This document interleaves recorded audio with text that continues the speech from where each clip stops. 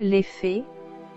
Une veuve avait 2 filles, l'aînée désagréable et orgueilleuse, ressemblait en tout à sa mère.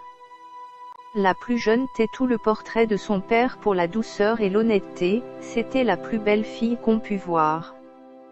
La mère était folle de l'aînée et détestait tant la cadette, qu'elle la faisait travailler sans cesse et manger à la cuisine.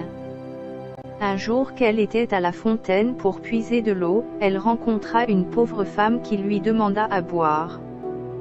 La jeune fille lui offrit gracieusement et lui soutint même la cruche pour qu'elle boive plus facilement. La femme qui était une fée lui fit un don pour la remercier, et lui dit qu'à chacune de ses paroles il lui sortirait de la bouche, une fleur ou une pierre précieuse.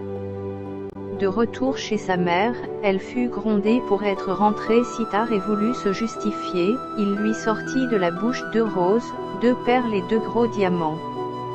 La mère surprise lui demanda d'où cela venait, elle raconta son aventure en rendant force diamant. La mère fit aussitôt venir son autre fille et voulut l'envoyer puiser de l'eau, celle-ci s'y refusa d'abord. Elle se décida cependant à y aller de fort mauvaise humeur, en emportant un beau flacon d'argent. Arrivée à la fontaine, elle vit venir à elle une dame magnifiquement vêtue qui lui demanda à boire. Elle refusa brutalement, disant qu'elle n'était pas venue pour cela, et qu'elle pouvait bien se servir elle-même.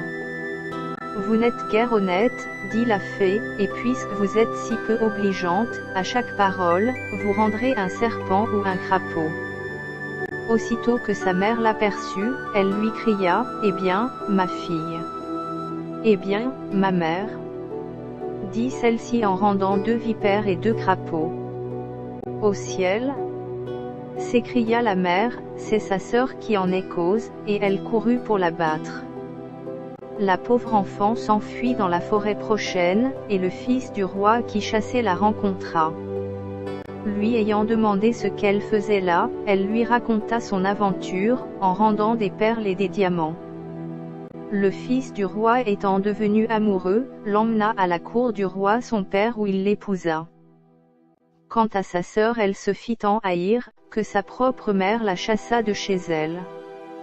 La malheureuse, après avoir erré sans trouver personne qui veuille bien la recevoir, alla mourir au coin d'un bois.